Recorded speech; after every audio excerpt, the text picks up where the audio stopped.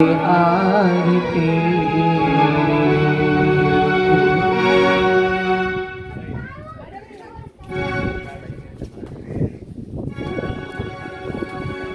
श्री भागवती भगवान की है आरती। पापियों को पाप से है तारते। श्री भागवती भगवान की है आरती। पापियों को पाप से है तारती। श्री भागवती भगवान की है आरती। पापियों को पाप से है तारते। श्री भागवती भगवान की है आरती। पापियों को पाप से है तारती। पापियों को पाप से है तारती। पापियों को पाप से है तारते। पापियों को पाप से है तारती। पापियों को पाप से है तारती। पापियों को पाप से है तारते। पापियों को पाप से है तारते। पापियों को पाप से है तारती। पापियों को पाप से है तारती। श्री भागवत भगवान की है आरती। पापियों को पाप से है तारती। श्री भागवत भगवान की है आरती। पापियों को पाप से है तारती। ये अमर ग्रंथ ये मुक्ति पंथ ये पंचम वेद निराला है। सब ज्योति जगाने वाला है। ये अमर ग्रंथ ये मुक्ति पंथ ये पंचम वेद निराला है। नव ज्योति जलाने वाला है। ये अमर ग्रंथ ये मुक्ति पंथ ये पंचम वेद निराला है। सब ज्योति जगाने वाला है। ये अमर ग्रंथ ये मुक्ति पंथ ये पंचम वेद निराला है। नव ज्योति जलाने वाला है। हरि नाम यही हरि ध्यान यही हरि नाम यही हरि धाम यही। हरि नाम यही हरि ध्यान यही। हरि नाम यही हरि धाम यही। हरि की महिमा की आरती। पापियों को पाप से है तारती। श्री भागवत भगवान की है आरती। पापियों को पाप से है तारती। ये संत गीत पावन पुनीत पापों को मिटाने वाला है। हरि दर्श कराने वाला है। ये संत गीत पावन पुनीत पापों को मिटाने वाला है। हरि दर्श कराने वाला है। ये संत गीत पावन पुनीत पापों को मिटाने वाला है। हरि दर्श कराने वाला है। ये संत गीत पावन पुनीत पापों को मिटाने वाला है। हरि दर्श कराने वाला है। ये सुख करनी ये दुख हरनी ये सुख करनी ये दुख हरनी। श्री मधुसूदन की आरती। पापियों को पाप से है तारती। श्री भागवत भगवान की है आरती। पापियों को पाप से है तारती। ये मधुर बोल जगपंथ बोल सन्मार्ग दिखाने वाला है। पंचम वेद निराला है। ये मधुर बोल जगपंथ खोल सन्मार्ग दिखाने वाला है। गुरु को बनाने वाला है। श्री राम यही घनश्याम यही। श्री राम यही घनश्याम यही। श्री राम यही घनश्याम यही। श्री राम यही घनश्याम यही। श्री मधुसूदन की आरती। पापियों को पाप से है तारती। श्री भागवत भगवान की है आरती। पापियों को पाप से तारती, हरि पापियों को पाप से तारती, पापियों को पाप से तारती, पापियों को पाप से तारती, पापियों को पाप से तारती, हरि पापियों को पाप से तारती, हरि पापियों को पाप से तारती, पापियों को पाप से तारती, पापियों को पाप से तारती, पापियों को पाप से तारती। बोली श्रीमद् भागवत महापुराण की। सभी को आरती दें और सभी अपने आसन पर बैठे।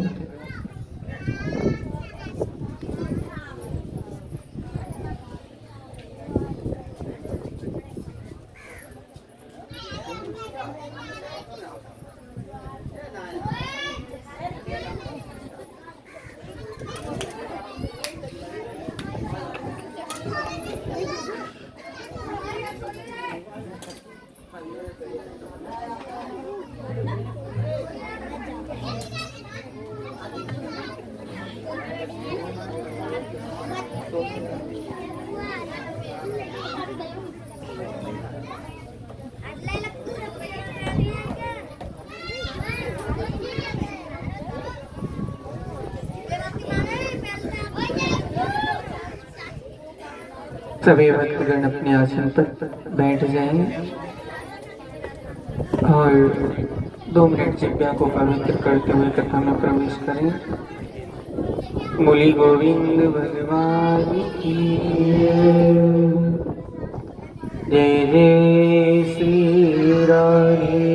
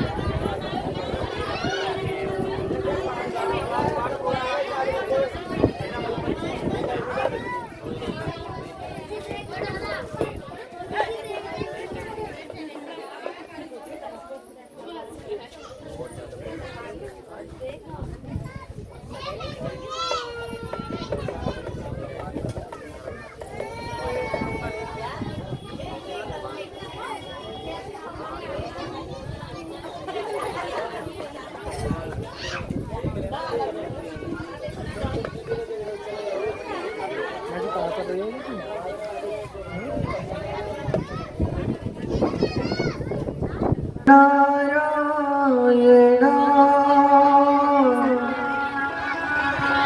लक्ष्मी रमीरा नारायण नारायण नारायण लक्ष्मी रमीरा नारायण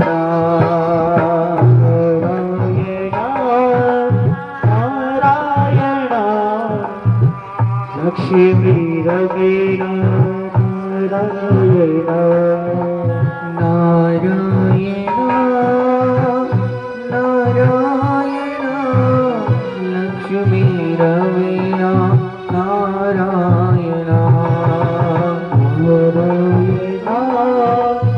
नारायण लक्ष्मी रवीण नारायण नारायण नारायण लक्ष्मी रवीण नारायण नारायण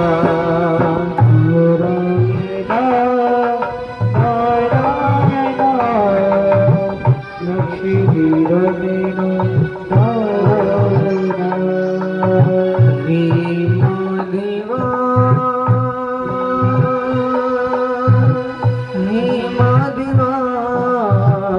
रमण बिहारी श्री माधवा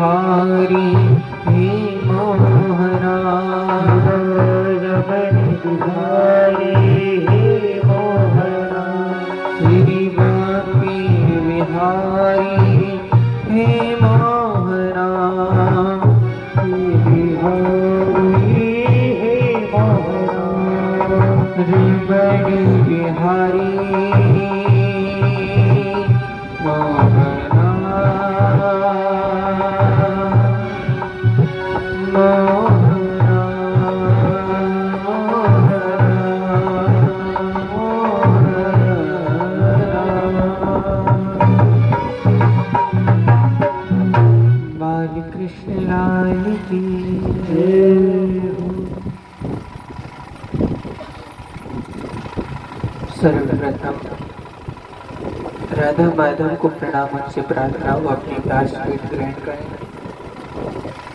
स्थान देवता, ग्राम देवता, नगर देव, पितृदेव, वाष्यदेव सभी से प्रार्थना अपना आसन ग्रहण करें। सभी संगीताचार्य वृंद, श्रोत्री वृंद, आदरणीय संगीताचार्य, गंधर्वगण, आदरणीय भक्तिमती माताएं, बहनें एवं समस्त श्रोता बंधुगण जितनी भी कथा सुन रही हैं, आप सबको मेरा प्यार भरा जय श्री कृष्ण।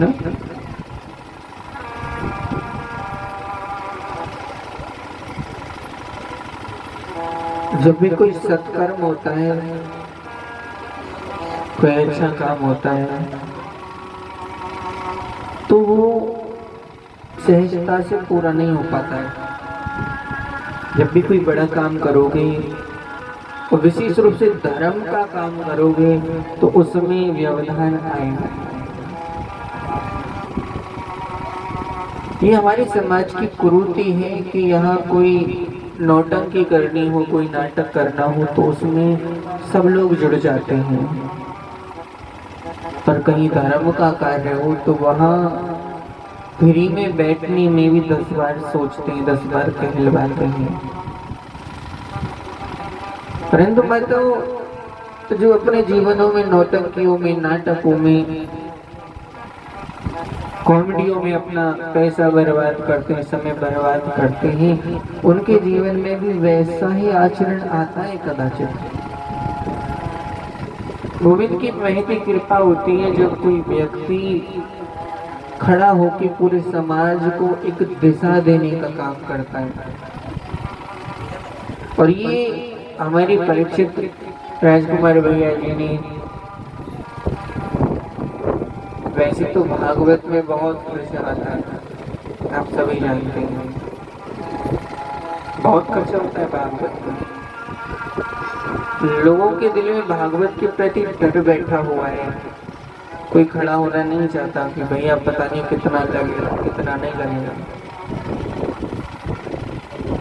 और उसमें भी गोविंद कृपा करके किसी एक को चुनते हैं और उस एक के माध्यम से पूरा समाज जाग जाता है, कथाएं जगाने के लिए आते हैं। हमारे घरों में कोई बीमार हो जाए तो 1000-2000 रुपए ऐसे लग जाते हैं, पता भी नहीं चलता। उन सब चीजों से लड़ने की शक्ति हमें कथाएं देती हैं, भगवान का नाम देता है। हम लोग उसमें भी 10 बार सोचते हैं कि 10 रुपए चढ़ाएं भी या ना चढ़ाएं। धर्मो रक्षति रक्षिता। माताओं, हम सब हिंदू हैं, सनातनी हैं। अगर हम धर्म पर चलेंगे, धर्म की रक्षा करेंगे तो धर्म हमारी रक्षा करेगा। आज दुख की बात यह है कि मैं 10 रुपए धर्म में खर्च करने से पहले 10 बातें सोचता हूँ कि मैंने अगर ये यहाँ दे दिए तो आगे का काम कैसे होगा। मैंने पंडित जी को 500 दे दिए तो कल का इतना काम बिगड़ जाएगा। लेकिन नहीं, आप पंडित जी को नहीं देते हो, आप अपनी लक्ष्मी को शुद्ध करते हो। एक नोट कितने हाथों में घूम कर आता है हमारे घर में। कोई कसाई है उसके यहाँ से आया है, कोई स्वर्णकार है उसके यहाँ से आया है। ये लक्ष्मी जो हमारे घरों में है, ये लक्ष्मी पाप की लक्ष्मी है, बताओ, शुद्ध नहीं है। चाहे भले ही हम धर्मात्मा हैं, पर हमारा धर्म का धन नहीं है। हमारे पास जो धन है, जो संपत्ति है, वो कहीं ना कहीं उसमें पाप है। और उसी धन में से जब थोड़ा थोड़ा धन हम धर्म के लिए निकाल देते हैं तो बची हुई जगह को भी साफ कर देता है। कभी घर में जब सफाई करते हो तो कमरों की सफाई मत करो, बरामदे की सफाई कर दो, बरामदे को पेंट वेंट कर दो, तो वो इतना अच्छा लगता है कि अंदर जाने का मन नहीं करता। अंदर बैठे भी रहोगे ना तब भी उसी पर नजर रहेगी, देखो वो अच्छा लग रहा है, ऐसा ही होना चाहिए अंदर में। तो जब कथाओं में बैठना प्रारंभ कर दोगे, धर्म को समझना प्रारंभ करोगे, तो धीरे धीरे भगवान तुम्हें दान के लिए भी शक्ति देंगे। अब जो करना ही नहीं चाहता उसको भगवान शक्ति कहाँ से दें। इसीलिए कल शायद ये व्यवधान कथा में उत्पन्न हुआ। गोविंद उस दिवंगत आत्मा को शांति प्रदान कर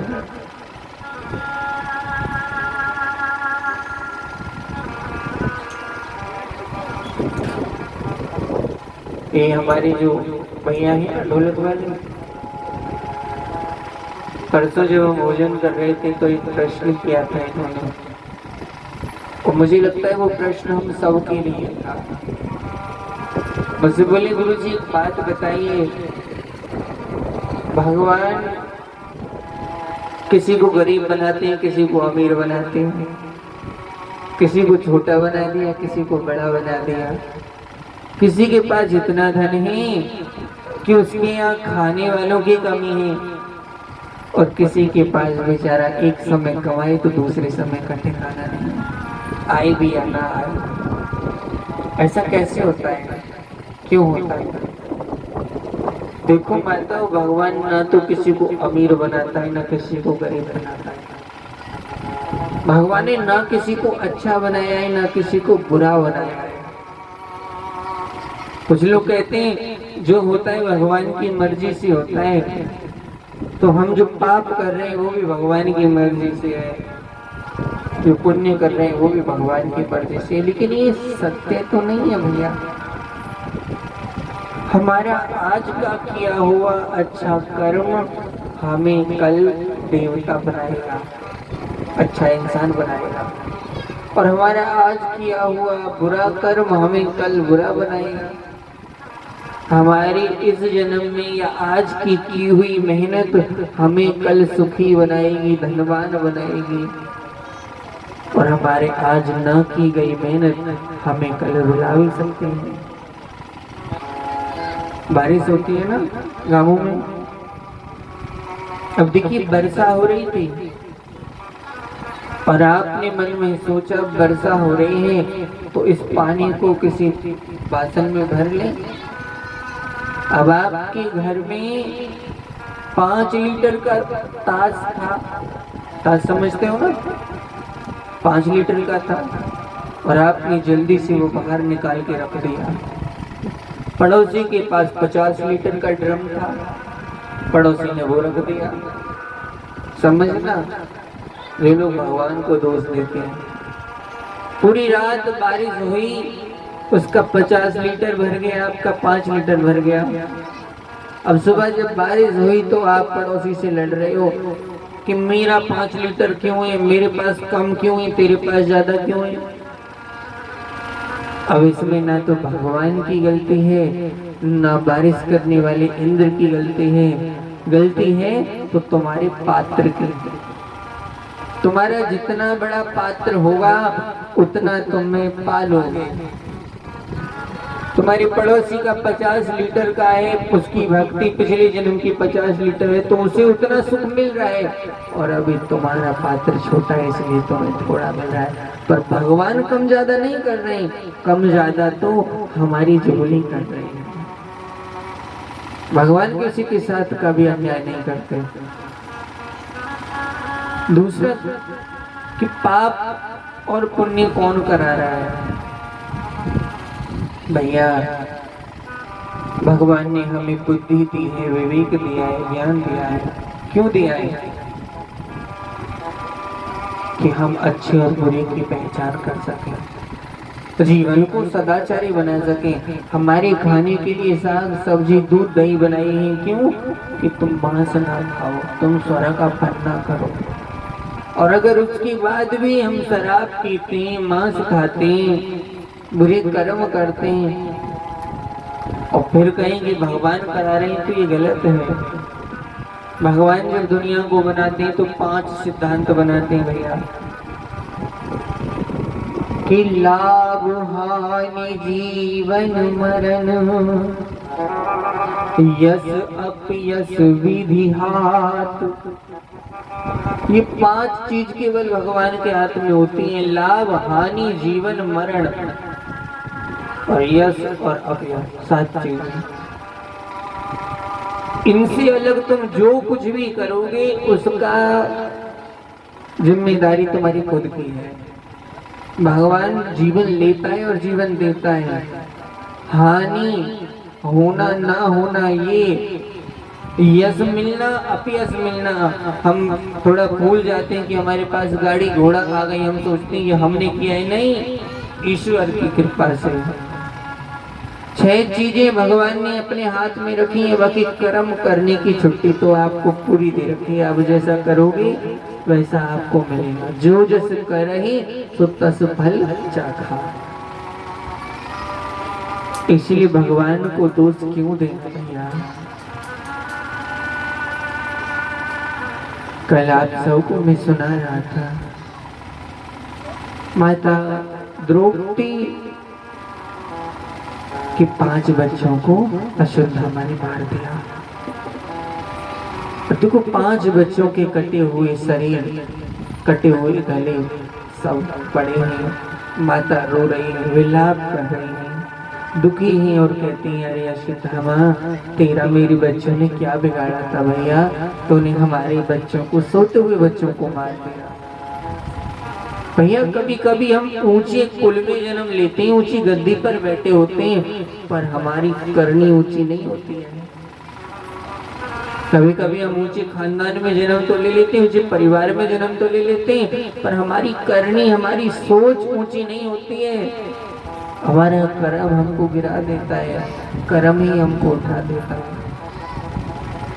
आज सभी लोग अश्वत्थामा को गाली देते हैं, बुरा भला कहते हैं, अश्वत्थामा भैया तूने अच्छा नहीं किया, ऊंच निवास नीच कर देती, ब्राह्मण होकर तूने सोते हुए निरपराध बच्चों को मारा, ये अच्छा काम नहीं है।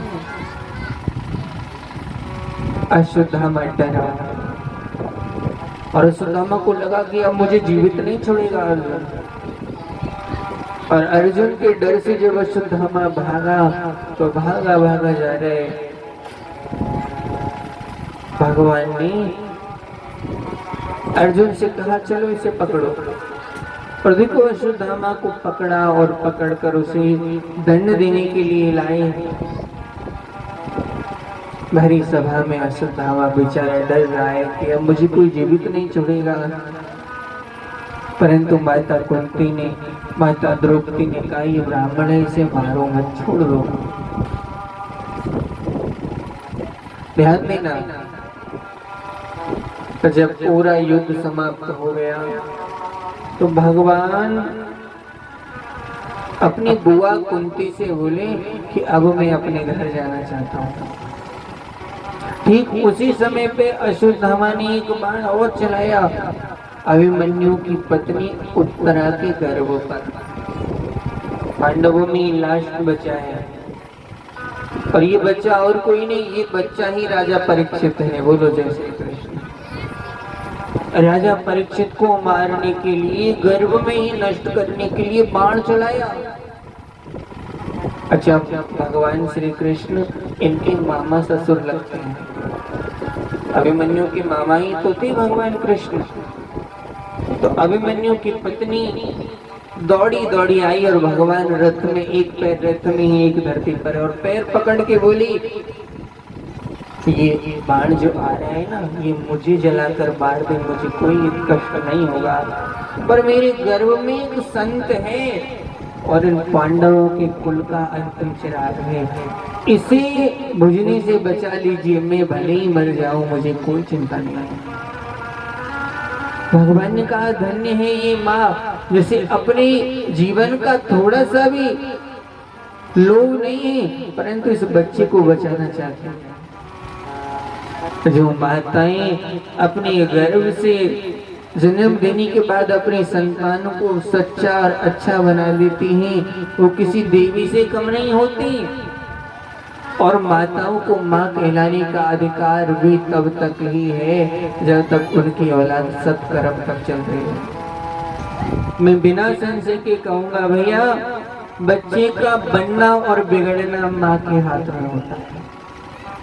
मातृदेवो भवः, पहली गुरु बच्चे की माँ होती है। माँ चाहे तो बच्चा संत बन जाए, देश प्रेमी बन जाए, अच्छा बन जाए। माँ नहीं चाहती, थोड़ी सी ढील दे देती है तो बच्चा बिगड़ जाता है। पहली गुरु माँ होती है बच्चे की। इसीलिए उत्तरा के गर्भ में तो एक संत बैठा है। अब भगवान ने कहा बेटी तू घबराना मत, तू घबराना मत, मैं तेरी रक्षा करूंगा। तो भगवान देखते ही देखते एक सूक्ष्म रूप लेते हैं और उत्तरा के गर्भ में प्रवेश कर जाते हैं। और गर्भ में प्रवेश करके भगवान ने अपनी गदा को घुमाया और ब्रह्मास्त्र को नष्ट कर दिया। और देखिए कैसी लीला की है राजकुमार भैया जी। एक स्वरूप से भगवान उत्तरा के सामने खड़े हैं, मानो कुछ मंत्र सा पढ़ रहे हैं और बार बार पूछते हैं बेटी कुछ अच्छा लग रहा है? उत्तरा कहती है हाँ मुझे अच्छा लग रहा है। और दूसरे रूप से भगवान उसके गर्भ में भी पहुंच गए हैं, बच्चे की रक्षा भी कर रहे हैं। ब्रह्मास्त्र को नष्ट कर दिया और ये बालक परीक्षित कहलाया। और ये ब्रह्मा की दुनिया में पहला ऐसा बच्चा है जिसने जन्म बाद में लिया और भगवान का दर्शन पहले कर लिया। बोलो जय श्री कृष्ण। और कोई ऐसा नहीं है जो जन्म ले और भगवान का दर्शन पहले करे। बताओ अश्वत्थामा के मस्तिष्क में एक मणि थी, ब्रह्म तेज की मणि।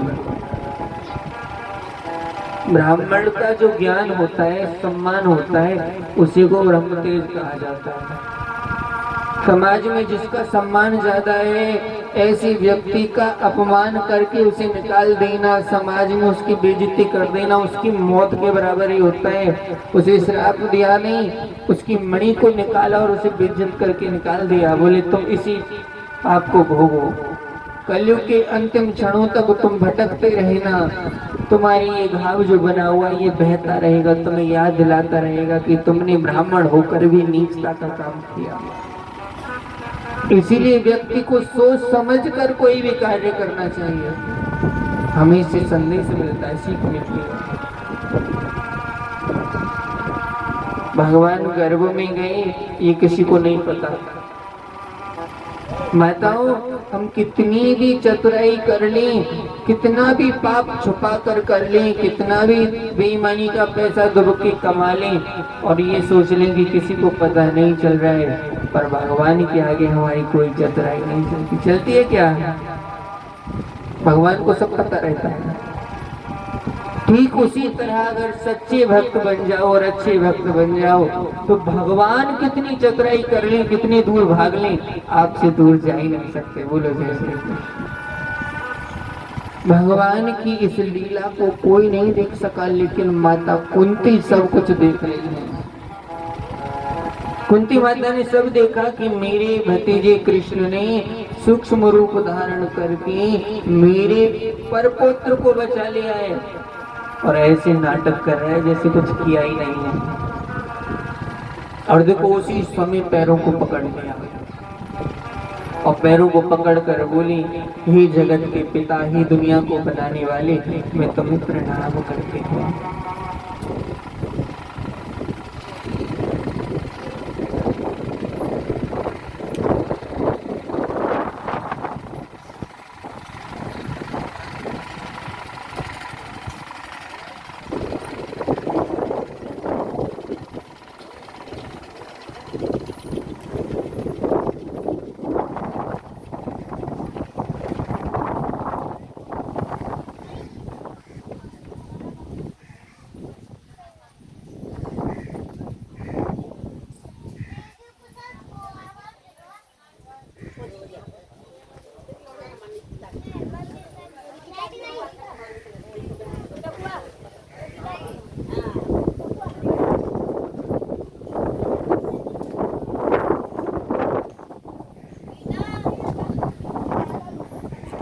बोले गोविंद भगवान की। माताओं, भगवान की सभी लीला को कुंती ने देख लिया और पहचान लिया। इंसान से भगवान तब तक छुपा हुआ है जब तक हमारे मन में सच्ची भक्ति नहीं है। मैं आपको एक बात बताता हूँ, हम लोग भगवान को ढूंढते हैं। कोई सोमवार का व्रत रखता है, कोई एकादशी का रखता है, कोई जन्माष्टमी का रखता है, मंदिरों में जाते हैं, वृंदावन जाते हैं, भगवान को ढूंढते हैं ना। लेकिन भगवान ढूंढने की वस्तु है ही नहीं। ढूंढा किसे जाता है भैया? जो खो गया हो। सत्य बात है ना। अब भगवान अगर हमसे खो जाए तो क्या हम जी सकते हैं? वो तो हमारे अंदर बैठा है। इसलिए मैं अपनी कथाओं में कहता हूँ, भगवान को ढूंढने की जरूरत नहीं है, भगवान को पहचानने की जरूरत है। बोलो जय श्री कृष्ण। अपनी आंखों को, अपने मन को इतना निर्मल बनाओ कि भगवान किसी रूप में आ जाए, तुम्हें पहचान हो जाए। अगर ये पहचान हो गई तो वो मंदिर में बैठा हुआ भी नजर आएगा और गली में घूमते हुए कुत्ते में भी वो नजर आएगा, क्योंकि वो सब में ये तब तक का ही झमेला है जब तक हमारी भक्ति कमजोर है। इसीलिए कुंती जैसी साधारण नारी भगवान से कहती है, मैंने तुम्हें पहचान लिया, तुम भगवान हो। और भगवान के जितने भी अवतार हुए हैं उनमें कृष्ण ही ऐसे हैं जो कभी नहीं छुपाते कि मैं भगवान नहीं हूँ। राम ने कभी नहीं कहा कि मैं भगवान हूँ, पर कृष्ण ने कभी छुपाया नहीं कि मैं भगवान नहीं हूँ। भगवान बोले, बुआ ठीक है, तुमने मुझे भगवान कहा तो मैं भगवान हूँ। और दुनिया भगवान से मांगती है। जब जब भगवान का दर्शन हुआ है तब तक भगवान ने वरदान दिया है, अब एक काम करो, तुम पांचों पांडव भी कोई वरदान मांग लो, हमें मौका मिल जाए तो हम भगवान से क्या क्या नहीं मांगते। भगवान के साथ एग्रीमेंट होता है हमारा ये काम हो जाए तो कथा कराएंगे, हमारा ये काम हो जाए तो जागरण कराएंगे। माँ मुरादें पूरी कर दे हलवा बांटूंगी। हैं? और मतलब माँ मुराद पूरी ना करेगी तो हलवा ना बांटोगे? मैया तुम्हारे हलवा की तो भूखी है ना। भगवान के साथ सौदेबाजी होती है। अरे भैया, इच्छा पूरी होने पर नहीं, जिस समय इच्छा आए उसी समय पहले भगवान का नाम लो, भगवान का काम करो। भगवान से इच्छा रखते हो? अरे भगवान ने तुम्हें श्वास दिए हैं, हाथ पैर दिए हैं, विवेक दिया है, क्या ये कम है? और जब तुम भगवान से ये इच्छा करते हो ना कि मेरा ये काम हो जाए तब मैं तेरा नाम लूंगा, उस समय भगवान भी इच्छा करते हैं पहले तू मेरा नाम ले, फिर तेरा काम और भी अच्छा होगा। बोलो जय श्री कृष्ण। राम ऐसा नहीं करते। आज पांचों पांडवों ने मांगा भगवान से। युधिष्ठिर जी से कहा तुम मांगो, तो युधिष्ठिर जी कहते हैं कैसा भी समय आ जाए मैं कभी धर्म के विरुद्ध ना जाऊं। धर्म के विरुद्ध नहीं जाना चाहिए इंसान को, चाहे कैसी भी परिस्थिति आ जाए। और धर्म के विरुद्ध जाना क्या किसे कहा जाता है? जो व्यक्ति झूठ बोलता है वो सबसे ज्यादा धर्म के विरुद्ध जाता है भैया। हाँ जी, कहाँ हो? अब बैठे हैं अलीगढ़ में, सबसे ज्यादा झूठ कौन बुलवाता है कलयुग में? हमने पूछा राजकुमार भैया कहाँ हो? तो गुरुजी मैं अलीगढ़ हूँ। बैठे आगरा, बोल रहे अलीगढ़ हूँ। मैंने फोन किया भैया घर पे क्या बन रहा है? अच्छा ससुराल से फोन आया, ससुराल सुख की सार हर दिन दो चार। हमारे गुरुजी कहते हैं ससुराल सुख की सार होती है, पर 2-4 दिन को जाओ तो ये हो गए। 2-4 दिन ज्यादा रुक जाओ तो फिर तो सासू माता हाथ में डोलची देनी, दूध भी ले आओ जाके, मार्केट से सब्जी ले आओ जाके। 2-4 दिन बड़ी सेवा होती है। अब देखो ससुराल से फोन आया, शाम का समय है और साली साहब या साली जी पूछ रही हैं क्या बनाया है? अब तुमने इशारे से पूछा हाँ जी क्या बनाया है? धर्मपत्नी कान में आके बोली आज तो चटनी बनाई है। अब ससुराल में कैसे कह दें कि घर चटनी बनी है? अच्छा ससुराल से कोई देख तो रहा नहीं है, कौन है ना झूठ बुलवाने के लिए। अब बड़े बदल के कहेंगे हाँ क्या पूछ रहे थे, अब क्या बनाया है? क्या बताएं, आज बच्चों का पनीर खाने का मन था, मटर पनीर बनाया है। सबसे ज्यादा झूठ बुलवाता है फोन। परंतु जीवन में सच का गहना बनाओगे तो पाप से मुक्त रहोगे। तुम माला मत करो, पूजा पाठ मत करो, चलेगा, पर झूठ बोलोगे नहीं चलेगा। धर्म न दूसर सत्य समाना, सबसे बड़ा धर्म सत्य है। और उसके बाद में भीमसेन से कहा तुम मांगो। कुछ लोगों की पाचन क्रिया बड़ी अच्छी हो गई है ना, पाचन तंत्र कुछ लोगों का बड़ा अच्छा होता है। कछु खवा दो भैया सब पच जाए, होता है ना। अब भीमसेन जो ही पांडवों में, भीम का नाम सुना है? भीम का नाम सुना है? भीम के बारे में लिखा है कि आधे भोजन में पूरा खानदान खाता है और आधे भोजन को अकेला भीम खाता है। पाचन तंत्र हमारे अजय भैया को बड़ा अच्छा है, मोनी बाबा जो है हमारे, इतना अच्छा है, शोर शराबा करते हुए आते हैं। बोलो जय श्री कृष्ण। माताओं, भीम से कहा तुम कुछ मांगो, तो भीम ने कहा मेरा नाम तो वैसे ही बदनाम है, लोग कहते हैं बहुत खाता है। प्रभु खाते पीते उठते बैठते तुम्हारा नाम लेता रहूं, बदनामी भले ही हो पर तेरा नाम ना छूटे। तेरा नाम नहीं छूटना चाहिए। भगवान बोले ठीक है ऐसा ही होगा, तुम खूब खाना पर मेरा नाम नहीं छूटेगा। अब कहा अर्जुन से तुम भी कुछ मांगो। नंबर वाइज आता है ना, परिवार में कौन बड़ा है, पहले बड़े का नंबर, फिर उससे छोटे का, फिर उससे छोटे का। अब तीसरे नंबर पर अर्जुन आए, अर्जुन से कहा तुम मांगो। अर्जुन बोले देखो आप मेरे गुरु जी हो, आपने मुझे गीता का ज्ञान दिया है। गुरु का और शिष्य का अगर सच्चा संबंध जुड़ जाए तो गुरु शिष्य की पूरी जिम्मेदारी अपने ऊपर ले लेता है। गुरु अगर सच्चा है, चेला गुरु पे निष्ठा रखता है, तो चेला के जीवन में कोई संकट आएगा उससे पहले गुरु को पता चलेगा। गुरु उससे कहेगा बेटा सावधान हो जाना, ये परेशानी आने वाली है, और उसका आधा फल गुरु ग्रहण कर लेता है, उस कष्ट को, आधे कष्ट को गुरु ले लेता है। इसलिए गुरु जी आप मेरे गुरु हो, ये भाव कभी समाप्त मत होने देना। अब नंबर आया नकुल और सहदेव का। नकुल सहदेव बोले देखो प्रभु, दोनों भैयाओं की सेवा करते रहें और समय समय पर तुम हमें दर्शन देते रहना। अब नंबर आया द्रौपदी का। द्रौपदी का तो नाम सबने सुना है ना। अब भगवान ने द्रौपदी से कहा तुम कुछ मांगो।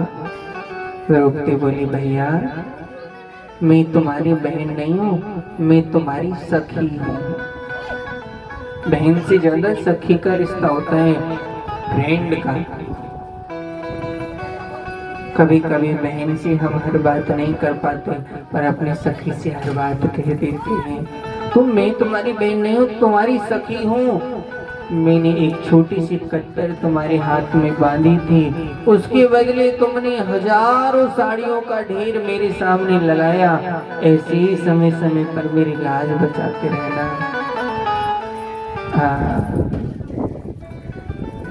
अब भगवान ने अपनी खास बहन सुभद्रा से कहा तुम मांगो।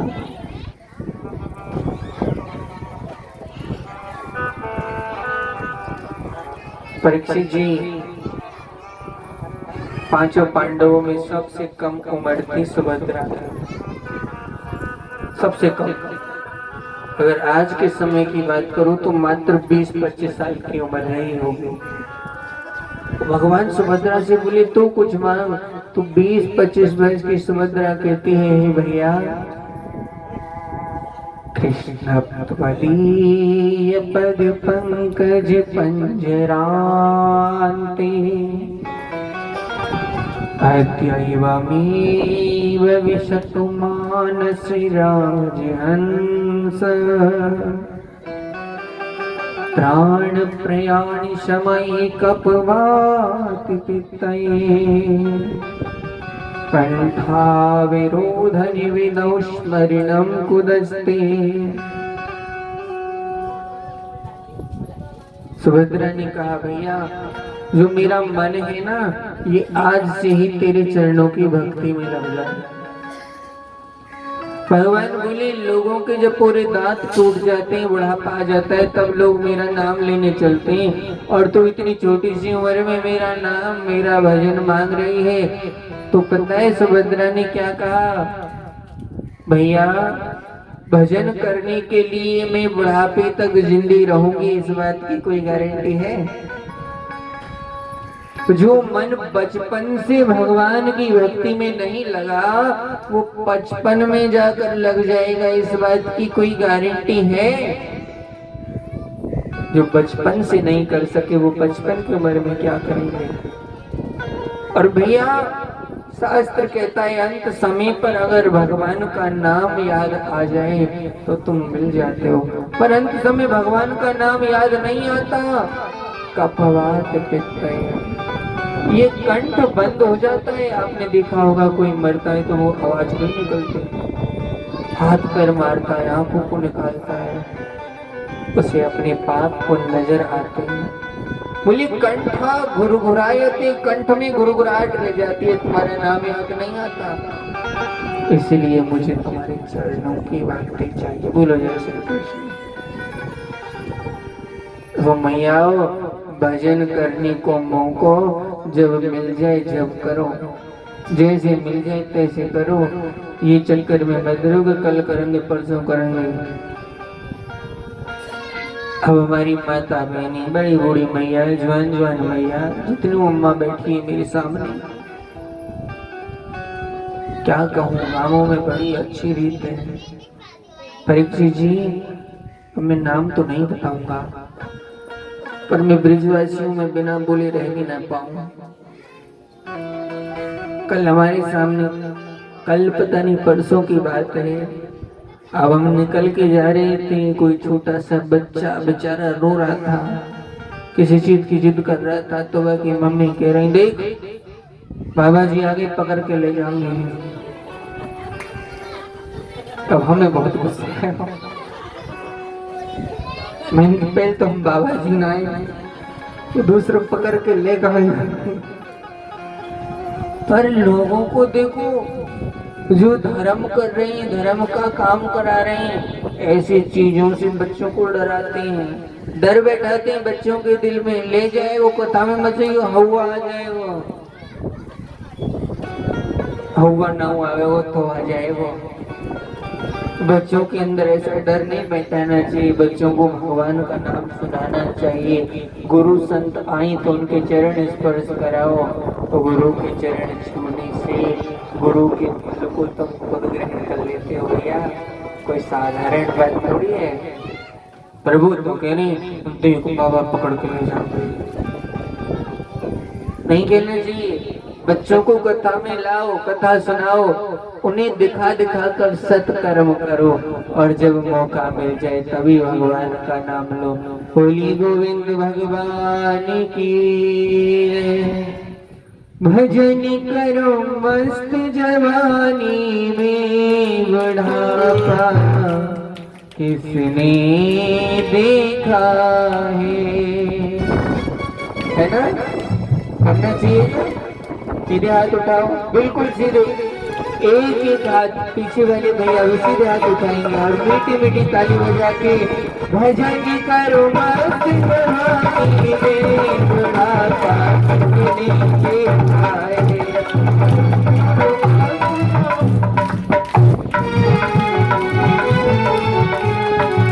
वो भजन करो मस्त जवानी में, बुढ़ापा किसने देखा है।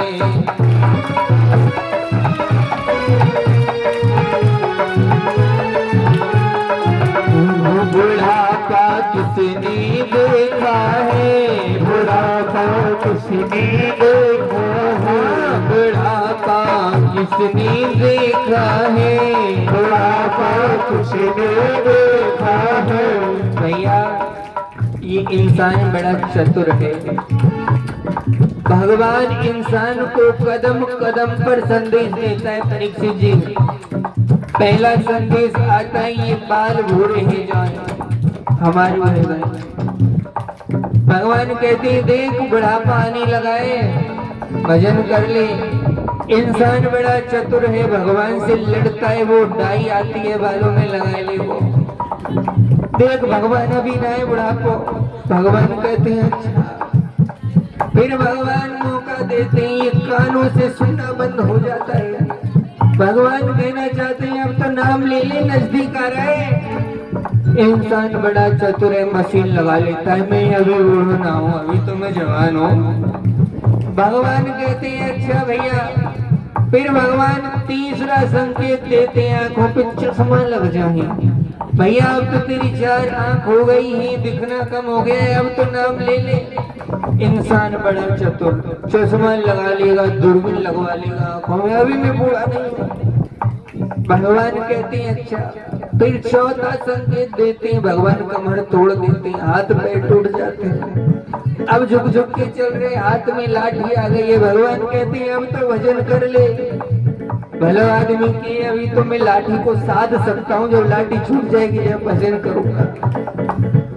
अंत में बिल्कुल चार कंधों के ऊपर आ जाता है। भगवान कहते हैं अब तू भजन कर ही नहीं पाएगा, इसीलिए हम ऐसी नौबत ही क्यों आने दी। भजन करो, भजन करो, भजन करो मस्त जवानी में, बुढ़ापा किसने देखा है। भजन करो मस्त जवानी में, बुढ़ापा किसने देखा है।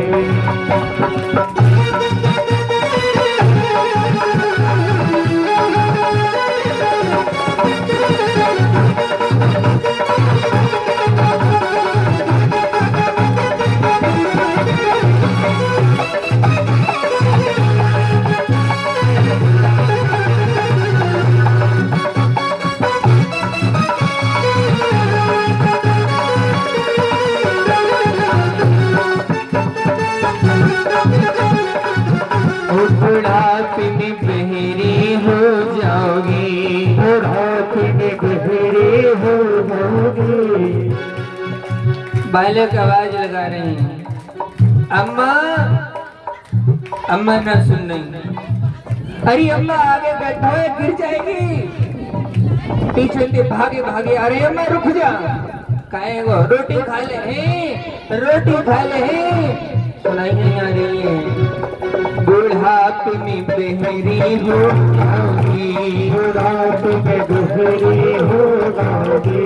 भजन तुम सुन नहीं पाओगी, भजन तुम सुन न पाओगे।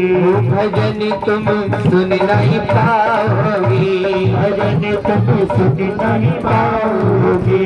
भजन करो, भजन करो, भजन करो मस्त कहानी में बुढ़ापा नहीं देखा है। भजन करो इस जवानी में बुढ़ापा किसने देखा है।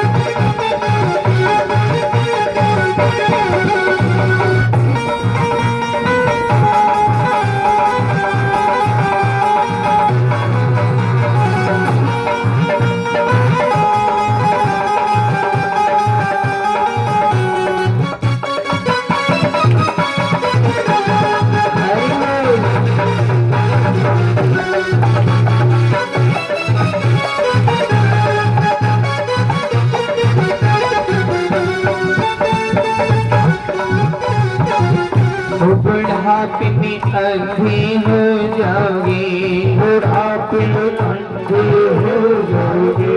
बुढ़ापे में अंधे हो जाओगे। बुढ़ापे में अंधे हो जाओगे। लाली, हाँ अम्मा, मैं चश्मा कहीं धर के भूल गई हूँ। बेटा मुझे दिखना रहो। अरे लाली सुन ले, लाली गृह में काम कर रहे हो। फिर बहू को आवाज लगाते हैं, अरे बहू, अरे मुझे रामायण पढ़नी, पूजा को समय है, रोए चश्मा दे दे, मुझे दिखना रहो। बहू कह रही है मैं रोटी बना रही हूँ। छूट गई माला, छूट गई रामायण, नहीं ले पाए नाम, इसीलिए बुढ़ापे में अंधे हो जाओगे। बुढ़ापे में अंधे हो जाओगे। कथा फिर पढ़ नहीं पाओगे, पढ़ नहीं पाओगे। दरस फिर कर नहीं पाओगे, दर्श फिर कर नहीं पाओगे। भजन करो, भजन करो, भजन करो मस्त जवानी में बुढ़ापा किसने देखा है। भजन करो मस्त जवानी में बुढ़ापा किसने देखा है। बुढ़ापा किसने देखा है। बुढ़ापा किसने देखा है। हाँ बुढ़ापा किसने देखा है। बुढ़ापा किसने देखा है। भजन करो, भजन करो, भजन करो मस्त जवानी में बुढ़ापा किसने देखा है। भजन करो मस्त जवानी में बुढ़ापा किसने देखा है।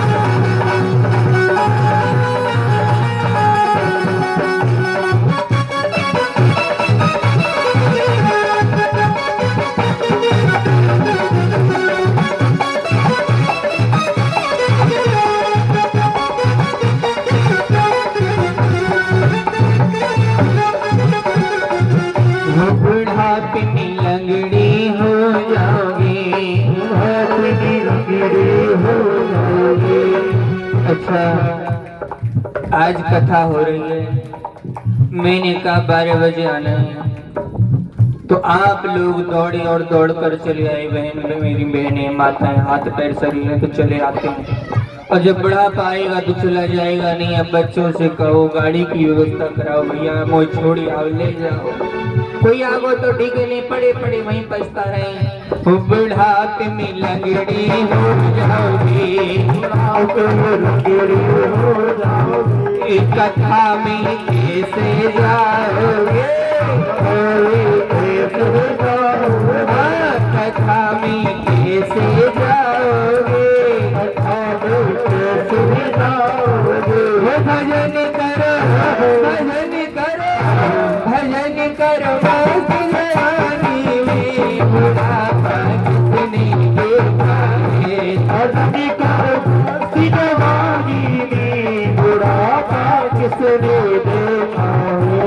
भजन करो मस्त जवानी में बुढ़ापा किसने देखा है।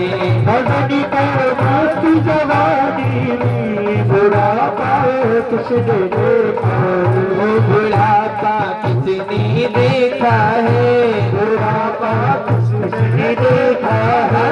बुढ़ापा किसने देखा है, बुढ़ापा किसने देखा है।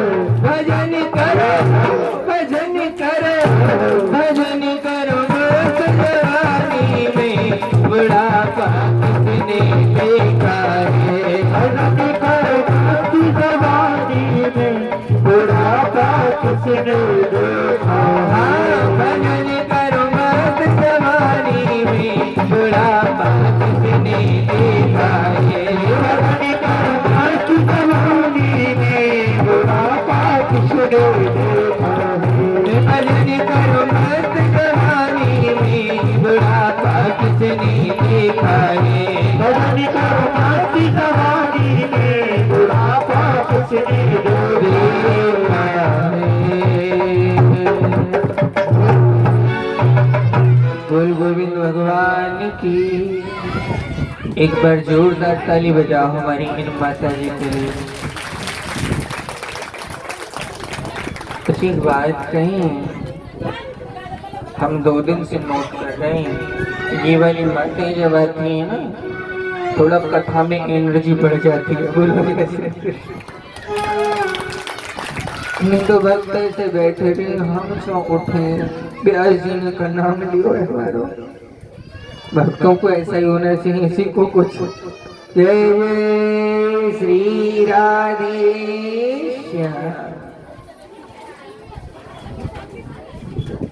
भगवान ने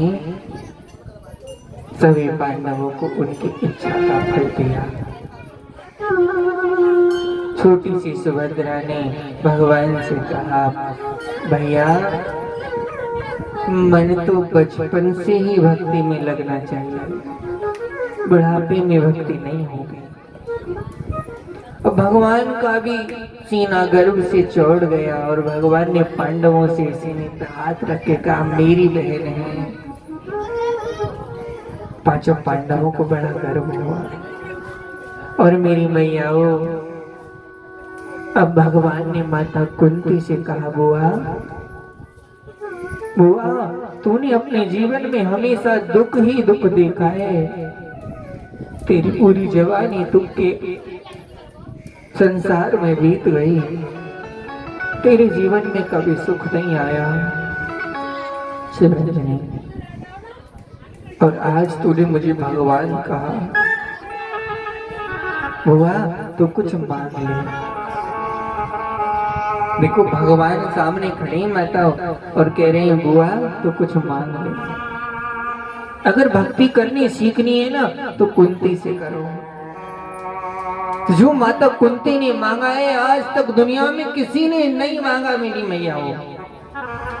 कुंती बोले, कन्हैया तू मुझे देना चाहता है ना, तो मेरे जीवन में एक दुख खत्म ना हो, दूसरा दुख आ जाए। मेरे सर से एक विपत्ति का पहाड़ ना टूटे, दूसरी विपत्ति आ जाए मेरे जीवन में, विपत्ति पर विपत्ति आए, दुख पर दुख आए, मेरे जीवन में कभी सुख मत आने देना। कौन मांगता है दुख? भगवान से तो सब सुख मांगते हैं मेरे भैया। भगवान की आंखों में आंसू आ गए, अरे बुआ तू बड़ी भोली है, दुख कोई मांगने की वस्तु है भला? अरे तूने अपने जीवन में कभी सुख नहीं देखा। मुझे ज्ञात है बुआ, तेरा जन्म हुआ किसी के घर और पालन हुआ किसी के घर।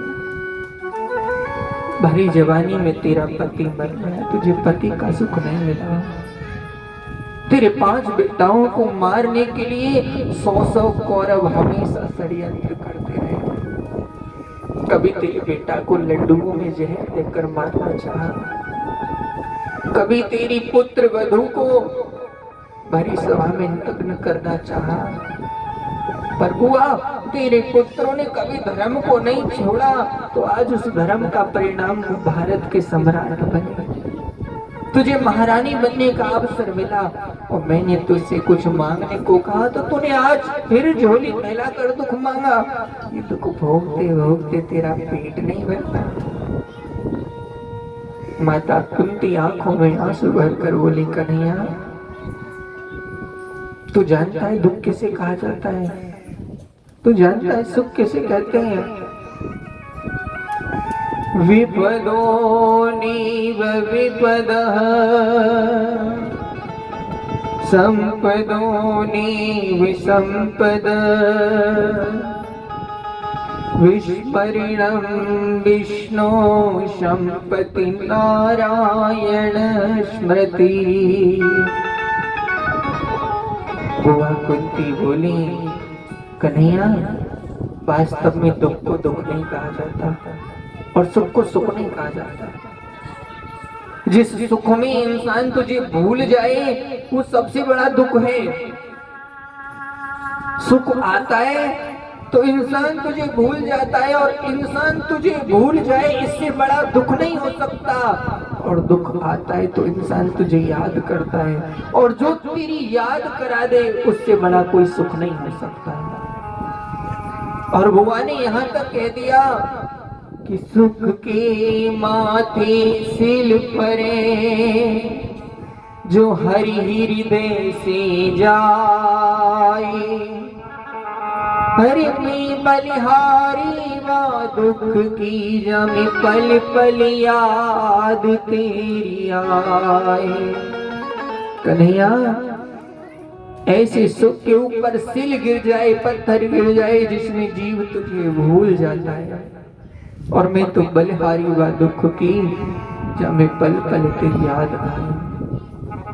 और कन्हैया तेरी याद दुख नहीं आती, सुख में तुझे कोई याद नहीं करता। और ये दुख का ही परिणाम है कि जब जब मेरे जीवन में दुख आया तू मेरे पास था। मेरी कुल वधू के जब वस्त्र धारण किया गया दुख था तो तू आया। मेरे बच्चे को जहर दिया तूने आकर बचाया। महाभारत जैसा युद्ध हुआ मेरे बच्चों पर दुख आया तू आया। और आज जब मेरे जीवन में सुख आ गया है, मैं इस धरती की महारानी बन गई हूँ, तो तू भी मुझसे दामन छुड़ाकर जाना चाहता है कन्हैया। आज सुख आया है तो तू भी मुझे छोड़कर जाना चाहता है। मैं इसी सुख की कामना क्यों करूं कन्हैया जिसमें भगवान हमसे दूर चला जाए। भगवान ने माता कुंती के आंसुओं को अपने हाथ से पोंछा और बोले, बुआ तू धन्य है, पर बुआ मैं तुझे दुख नहीं दे सकता। बुआ बोली, एक काम कर, तो दुख नहीं देना चाहता ना, कोई बात नहीं। ये जो ममता की डोरी तूने बांध रखी है ना संसार में, झूठी ममता है, ये मेरा बेटा है, ये मेरी बेटी है, जीते जी सब मेरा है, शरीर चल रहा है तो सब मेरा है। और जब ये शरीर चलना बंद हो जाए तो फिर वो बहू वो बेटा भी कहता है कि अब तो इन्हें भगवान शरीर को शांत कर दे तो ही अच्छा है। ऐसे झूठे नातों का जो बंधन है ना कन्हैया, ये बंधन तू तोड़ दे। मैं तुझसे ये तो मांग सकती हूँ ना भगवान बोले बुआ तेरा बंधन तो पहले से टूटा हुआ है, जिसका बंधन मैंने तोड़ दिया है वो ही मुझे सुनेगा समझेगा, पर बुआ तूने मांगा है तो मैं ये तुझे जरूर दूंगा। पांचों पांडवों ने भीनी आंखों से भगवान से कहा आज मत जाओ। पांचों पांडवों को लेकर भगवान कुरुक्षेत्र के उस मैदान में जितने भी योद्धा मरे हैं माताओं सभी को तर्पण करा रहे हैं। वहीं पर दानवीर कर्ण का भी शव पड़ा है। कर्ण के शव के पास से जब निकले तो कुंती माता कर्ण के शव के पास खड़ी हो गई। आगे कदम बढ़ नहीं पाए, कदम वहीं के वहीं रुक गए। पांडव थोड़ा आगे निकले, पीछे मुड़कर देखा माता कहाँ रह गई। कुंती बैठकर कर्ण के शव पर आंसू बहा रही थी, आंखों से आंसू बह रहे थे मां कुंती के। भगवान पांडवों से बोले चलो पीछे चलो। आज माता कुंती को रोते देखकर युधिष्ठिर ने पूछा ये हमारा सबसे बड़ा दुश्मन है माँ, ये हमारा सबसे बड़ा दुश्मन है और तो इसके सब पर क्या होती है। भगवान कुंती की तरफ देख रहे हैं, बुआ तूने आज तक झूठ बोला है पर आज झूठ मत बोलना। ये ऐसा भागा बेटा है जिसे तूने अपना दूध तो पिलाना दूर, कभी तूने जीते जी से बेटा तक नहीं कहा। कर्ण की आत्मा आकाश में खड़ी है और आंखों से आंसू बहा रही है। माँ आज तो मेरे भाइयों को बता दे मैं तेरा बेटा हूँ। जीते जी तो तूने मुझे बेटे का कोई सुख नहीं दिया, पर कम से कम आज तो इस अपराध को आज तो ऐसा मत कर। कुंती आंखों में आंसू भर के बोली बेटा जिसे तुम अपना दुश्मन कह रहे हो ना वो दुश्मन नहीं है, अरे उससे बड़ा तो दानवीर कोई नहीं है। बेटा ये तुम्हारा बड़ा भाई मेरा ज्येष्ठ पुत्र है। ऋषि दुर्वासा की मैंने सेवा की, दुर्वासा मुझे मंत्र दे कर गए जिसका आवाहन करोगे वो देवता आएगा।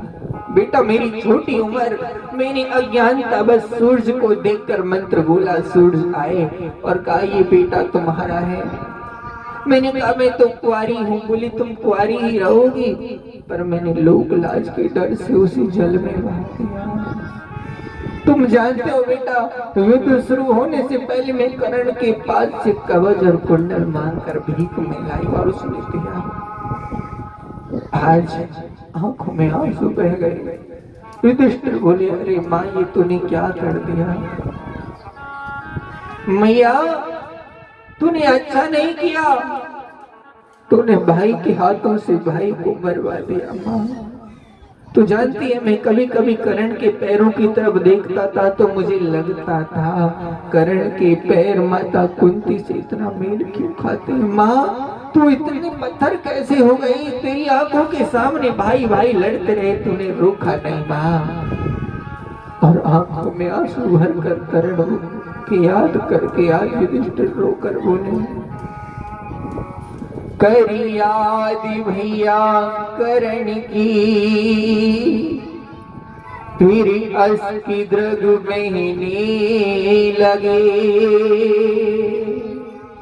फिर धर्मचारी युधिष्ठिर और मां कुंती से कहने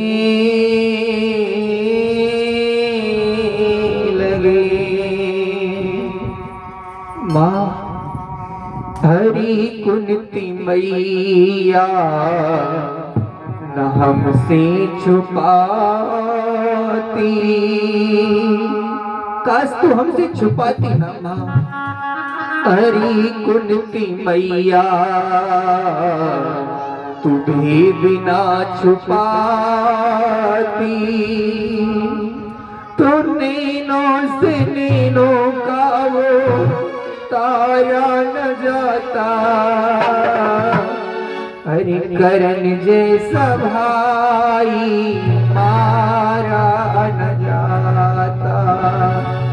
करण जैसा भाई मारा न जाता।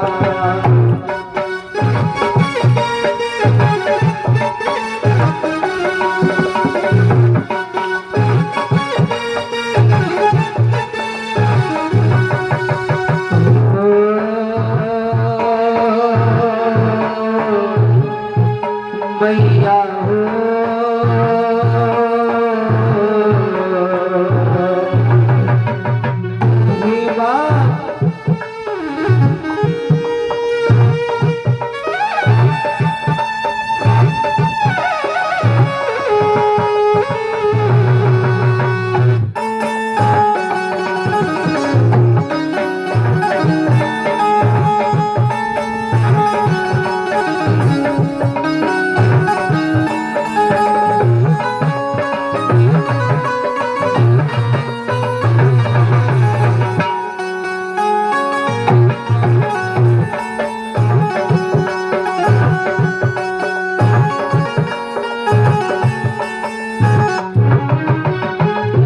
आंखों से आंसू बह रहे हैं।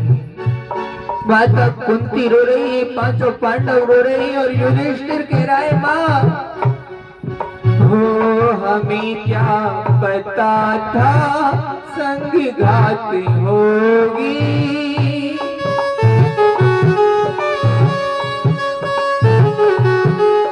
हो हमें क्या पता था संघात होगी।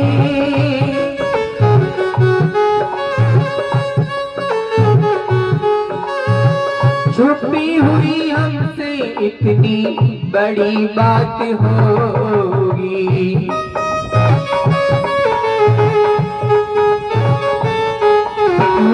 छुपी हुई हमसे इतनी बड़ी बात होगी।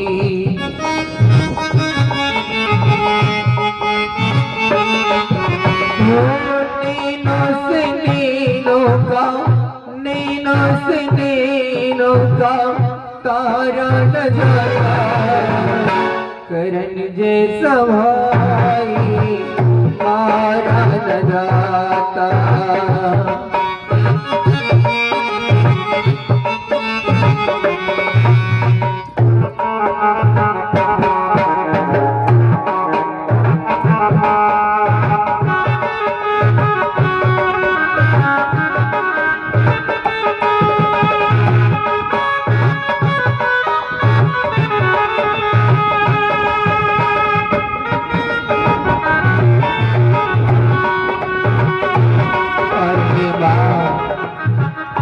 आज जो अपराध तूने कर दिया, माताओं इंसान अपने कर्मों से अमर हो जाता है। एक व्यक्ति मरता है तो पीछे चलने वाला समाज कहता है बहुत अच्छा हुआ मर गया। जीवन भर पाप करता था, दुख करता था लोगों को, और एक व्यक्ति जब मरता है तो उसकी लाश पर पशु भी रोते हैं, घर का कुत्ता भी रोता है। इंसानों की तो ऐसी दशा हो जाती है कि मरता एक घर का व्यक्ति है पर रोता पूरा समाज है, पूरा गांव है। ऐसे व्यक्ति की मृत्यु किसी उत्सव से कम नहीं होती। माँ करण तो मर गया और अपने एहसानों में हमको दबा गया, पर क्या उसके एहसानों को कभी हम चुका पाएंगे माँ? हो बहती ये धारा रुक ना सकेगी।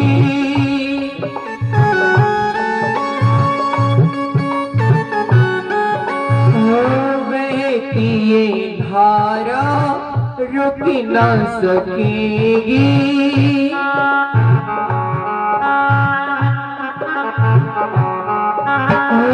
उसके एहसान की कीमत चुक ना सकेगी।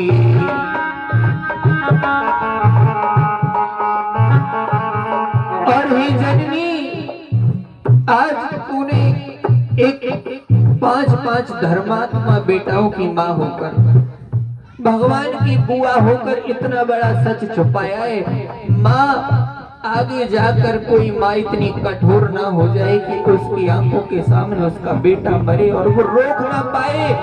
इसीलिए मैं आज पूरी नारी की जाति को श्राप दे रहा हूँ माँ। हो नारी की जाति को भी यही श्राप देता हूँ।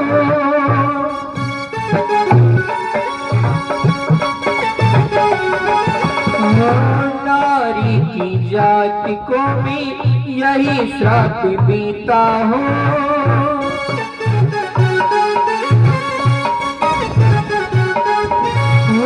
पेट में कोई भी बात छुपी न सकेगी।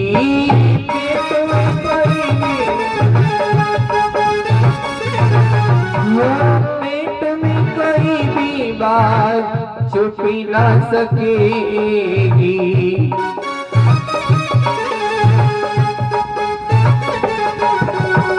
भाई से भाई का, भाइयों से भाइयों का दुलारा न जाता। करण जैसा भाई मारा न जाता।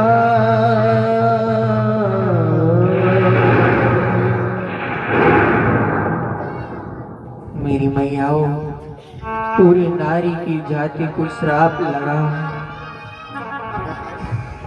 कितनी भी आदरणीय माता हो, कितनी भी भक्तिमती माता हो, पर बहुत समय तक अपने पेट में कोई बात छुपा के नहीं रख सकती।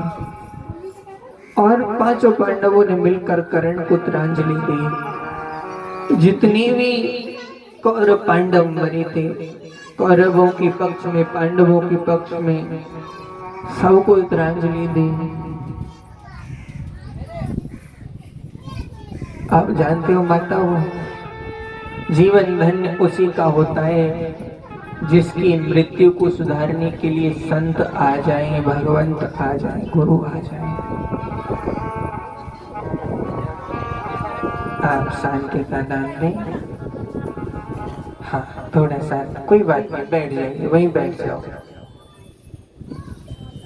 जीवन धन्य उसी का होता है जिसकी मृत्यु को सुधारने के लिए संत आ जाए। वरना आपने देखा होगा, आदमी मरता है, बैठक बैठा देते हैं, बड़ा दुख होता है देखकर। जितनी भी पंचायत होती है ना, जितनी भी बेफालतू की बात होती है, वो उसी जगह पर होती है जहाँ व्यक्ति मर गया है। कहने को वो शोक सभागृह होता है, लेकिन वहाँ शोक जताने कब जाते हैं, वहाँ अपनी उल्टी सीधी बातों को करने हर बंदा पहुंचता है। ये अज्ञान नहीं तो क्या है। अरे जाने वाला चला गया, वो एक संदेश देकर गया है कि मैं जीते जी लड़ता रहा, कर्मों को करता रहा, पर आज मैं गया हूं तो मेरा कोई भी मेरे साथ नहीं गया है। सब कुछ सुन्न हो गया है, सब कुछ समाप्त हो गया है।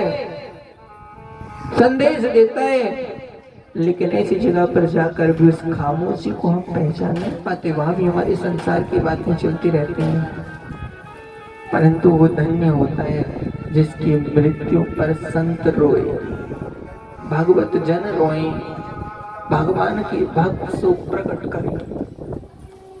माताओं, भगवान को याद आया, आज 52 दिन हो गए हैं और मेरा एक भक्त ऐसा है जो 52 दिनों से बाणों की सैया पर पड़ा है। कौन है?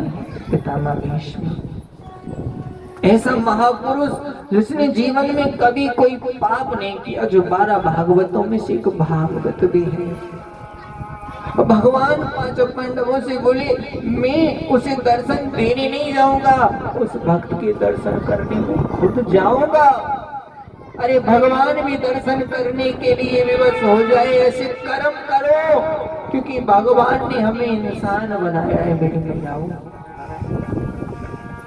पितामह 52 दिनों से बाणों पर पड़े हैं, शरीर में से एक एक रक्त की बूंद निकल गई है। हजारों बाण जिनके शरीर में छिदे हुए हैं मेरी मैयाओं, कब प्राण निकल जाए, गोविंद आ जाए, प्रतीक्षा में खड़े हैं। भगवान पहुंचे, पांचों पांडवों को लेकर, माता कुंती द्रौपदी को लेकर खड़े होकर प्रणाम भी नहीं कर सकते। ऐसी भी हालत नहीं है कि खड़े होकर प्रणाम कर सके। आंखों से आंसू बहाकर मन ही मन प्रणाम किया, केशव मेरी मृत्यु को मंगलमय बनाने के लिए तुम आए हो, मैं तो धन्य हो गया। भगवान बोले, पितामह तुम्हें प्रणाम करता हूँ, ये तुम्हारे पोते हैं, आज धरती के राजा बन गए हैं, इनको ज्ञान। भगवान की बात सुनकर भीष्म पितामह रोकर बोले, कन्हैया सब कुछ जानकर भी किसी को सम्मान देना कोई तुमसे सीखे। अरे जहाँ तुम खड़े हो वहां मैं क्या बोल सकता हूँ। भगवान बोले, नहीं, तुम्हारे अनुभव का ज्ञान कुछ नहीं बताओ। मेरी मैयाओं, 4 प्रकार की नीति भीष्म पितामह ने सिखाई। राज धर्मान, स्त्री धर्मान, मोक्ष धर्मान, विभागश। बेटा युधिष्ठिर तुम राजा हो, राजा किसी एक का नहीं होता, राजा पूरे नगर का होता है, पूरे समाज का होता है। और घर का राजा कौन होता है? या तो पिता होता है या बड़ा भाई होता है। बेटा पिता भाई को चाहिए जब तक हाथ पैर सही हैं, एक बार को खुद भूखा रह जाए पर परिवार में कोई भूखा ना सोए। राज धर्म। आगे भगवान ने पितामह ने स्त्रियों के लिए कहा, बेटी अपना पति काला हो गोरा हो, अच्छा हो बुरा हो, कभी दूसरे के प्रति आकर्षित नहीं होना चाहिए।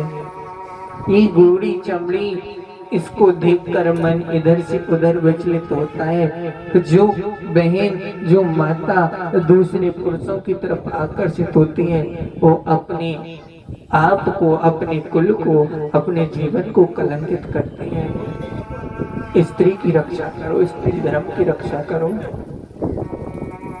और बोले, युधिष्ठिर शादी इसलिए नहीं की जाती है कि दिन कब बीता रात कब आई, रात कब बीता दिन कब आया, हमें इसका ज्ञान भी ना रहे। भोगों के लिए विवाह नहीं किया जाता है, विवाह इसलिए किया जाता है कि अब तक केवल मैं अकेला भजन कर रहा था, परम पति और पत्नी दोनों मिलकर भगवान का भजन करेंगे।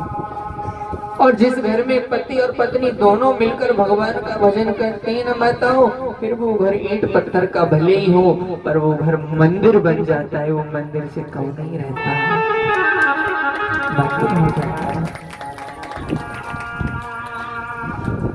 इस उपदेश को दिया और भगवान सामने खड़े हैं, आंख बंद है मेरे प्रभु के। भीष्म पितामह कहते हैं, बेटा पाप करना इतना बड़ा अपराध नहीं है, पाप कराना और आंखों से पाप देखना जितना बड़ा अपराध है। तुम्हारे सामने कोई अपराध, कोई पाप कर रहा है, या तो उसे रोको, और तुम रोक नहीं सकते तो आंख बंद करके चले आओ।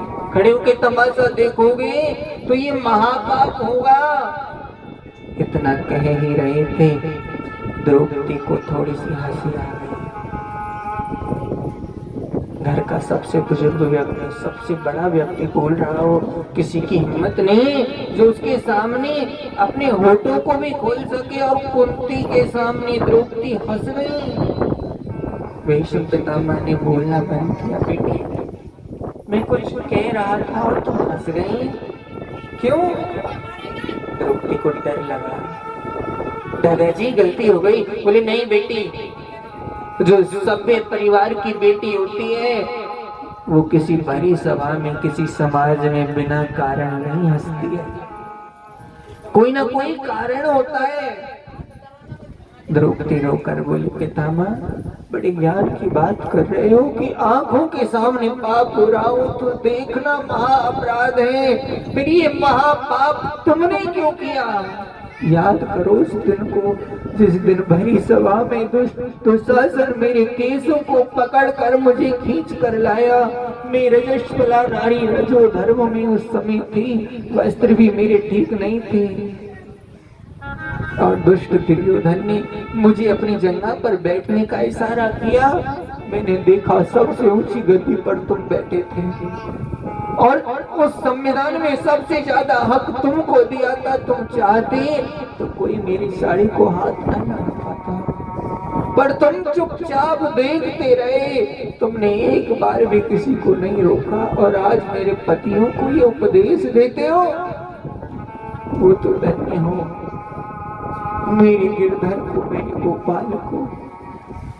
मैंने उसे पुकारा और उसने आकर मेरी रक्षा की। द्रौपदी रोई और रोक कर दोनों हाथ उठा कर कहा, कृष्ण कृष्ण महाबाहो, देव देव जगतपते, कौरवे परिभूतां न जाना असि केशवम्। हे मुरलीधर, ये मेरी साड़ी खिंचती जा रही है। ये दुष्ट मुझे आज नगिन करने जा रहे हैं। क्या तुम्हें नजर नहीं आ रहा है? क्या तुम्हें दिख नहीं रहा है? रोक कर बोली, बनवारी बनवारी आना अभी, मेरे पास तुम, मेरे पास तुम बन।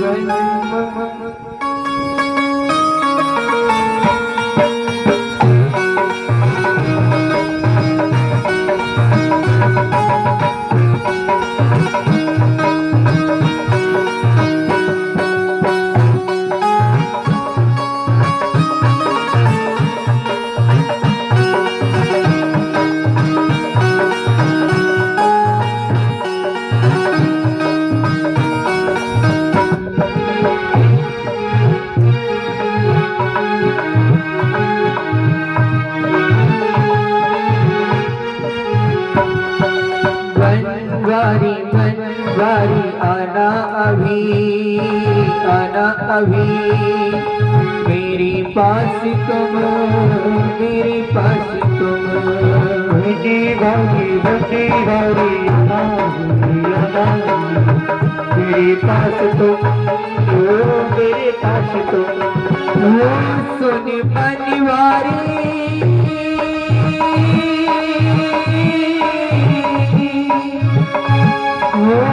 सुनी बनवारी, मोहे आस तुम्हारी।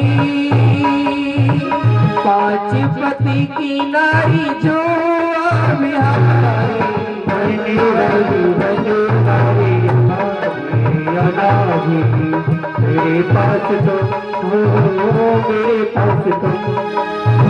सुनी बनवारी, मोहे आस तुम्हारी। पांच पति की नारी जो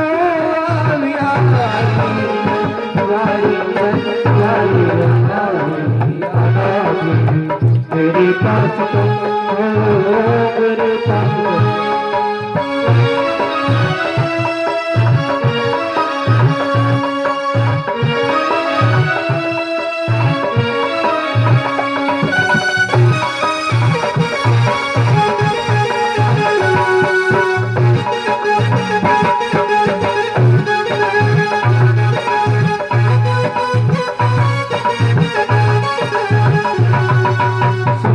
मेरी तीर प्रभु ना आता है, ना आता है।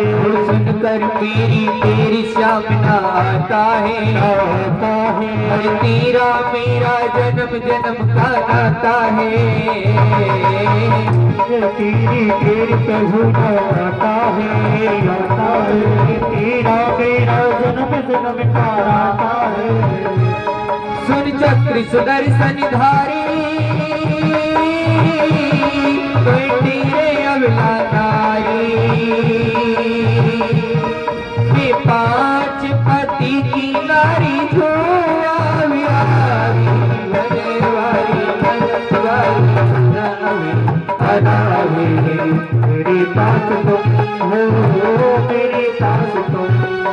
राखो राखो लाज मेरी बनेवारी बनेवारी मोन गिरधारी राखो राखो लाज मेरी बनेवारी बनेवारी श्याम बनेवारी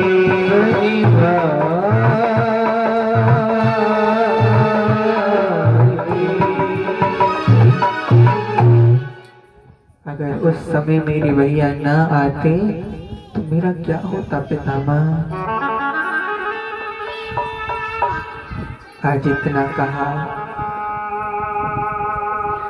आज वो बूढ़ा भीष्म पितामह अपनी आंखों से बहते हुए आंसुओं से कहता है, बेटी तू जानती है जब तक इस भीष्म के हाथ में धनुष बाण है ना, त्रिलोकी का राजा इंद्र भी मुझे नहीं हरा सकता। और ये अर्जुन जिसे मैंने अपनी उंगली पकड़कर चलना सिखाया और इसी कथा के क्रम में आज पहली बार चौथा दिन है, पहली बार ये मेरे पास 200 रुपए का पुरस्कार आया है हमारे भक्तों के द्वारा। आप लोग एक बार जोरदार ताली बजाएंगे। तो जिस लक्ष्मी में से ये आया है राधा रानी, उस घर में धन की वृष्टि करें, वो दिन दोनी रात सवाई करें और इसी प्रकार उन्नति करते रहें। 200 रुपये भागवत कथा में दान देते हैं।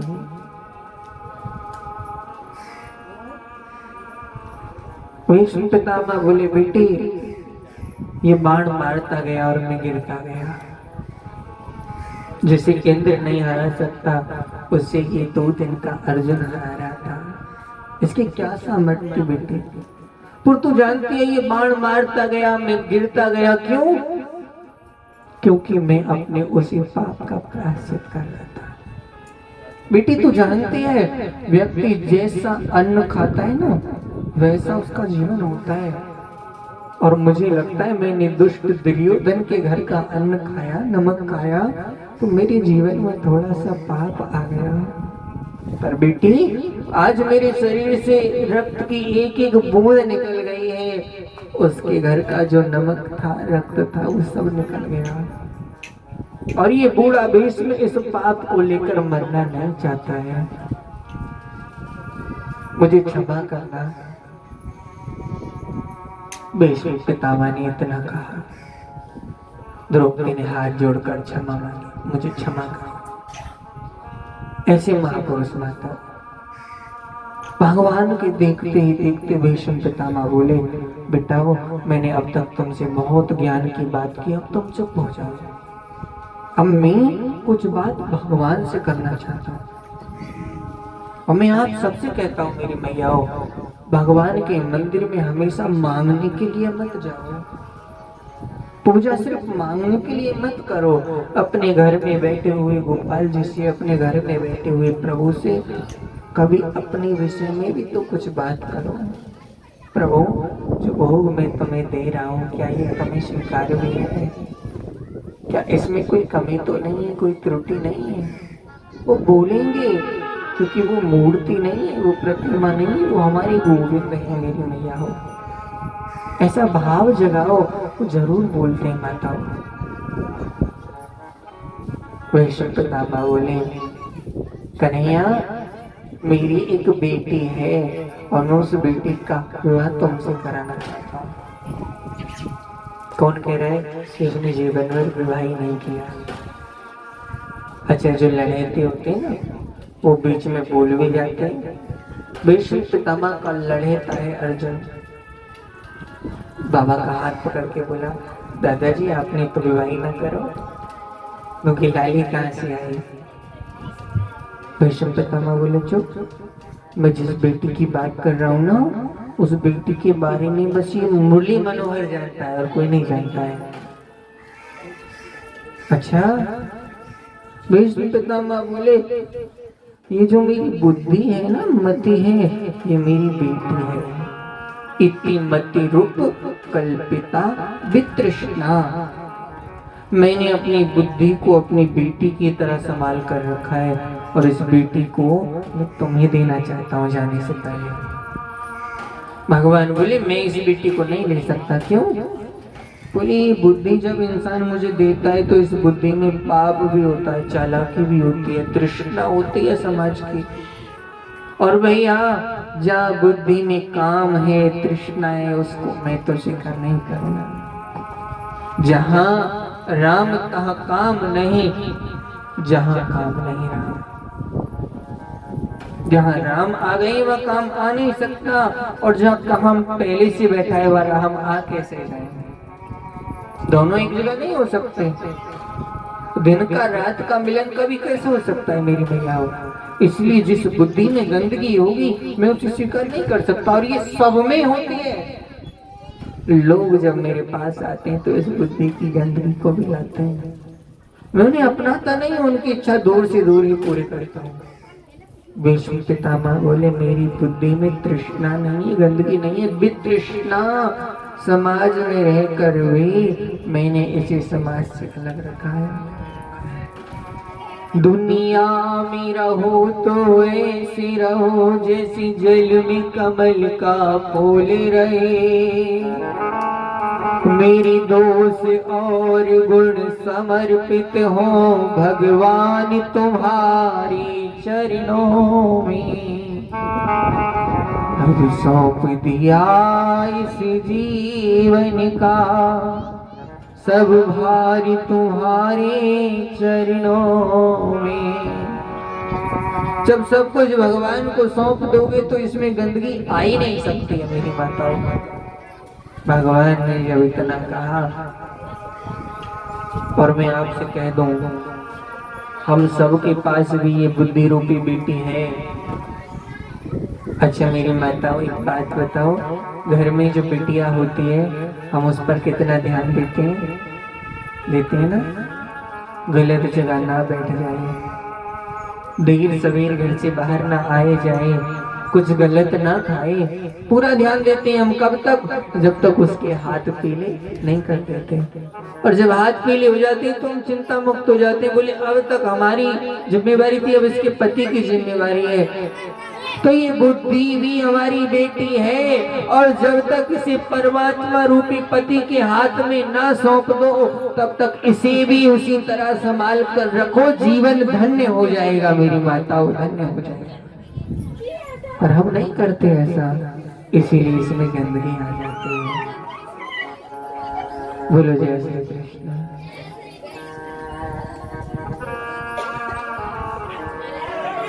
भगवान के सामने भीष्म पितामह ने अपने पंचभौतिक शरीर का त्याग किया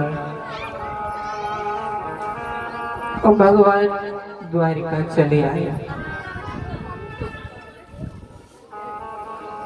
भगवान के साथ थोड़ी दूर तक अर्जुन भी आए, और देखो भगवान द्वारिका आकर 2-4 दिन बैठे ही थे। जिस बच्चे की गर्भ में जाकर भगवान ने अभी रक्षा की थी ना, उस बच्चे का जन्म हो गया। और ये दुनिया का बड़ा विचित्र बच्चा है। जन्म लेने से पहले भगवान का दर्शन किया और जन्म ले आए तो जन्म लेते ही पालते पालते मारकर बैठे हैं और चारों तरफ अपनी गर्दन घुमा घुमा के देख रहा है। अच्छा ऐसा लाला पैदा हो तो आश्चर्य होता है ना। कुंती माता तो बड़ी ज्ञानी है, वहाँ व्यास जी भी खड़े थे, वेद व्यास जी। उनसे पूछ लिया ये बालक कैसा विचित्र है, पैदा होते ही पालती मारकर बैठा है, गर्दन घुमा घुमा के देख रहा है, क्या देख रहा है?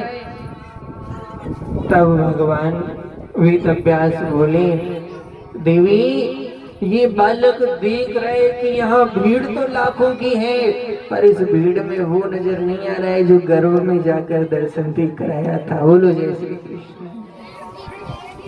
और जैसे ही भगवान अब ननिहाल पक्ष के हैं ना, और ननिहाल से भी चौचक आता है, बहू की तरफ से भी आता है। नाना के नसीब भी तो आता है ना, बच्चा होता है तो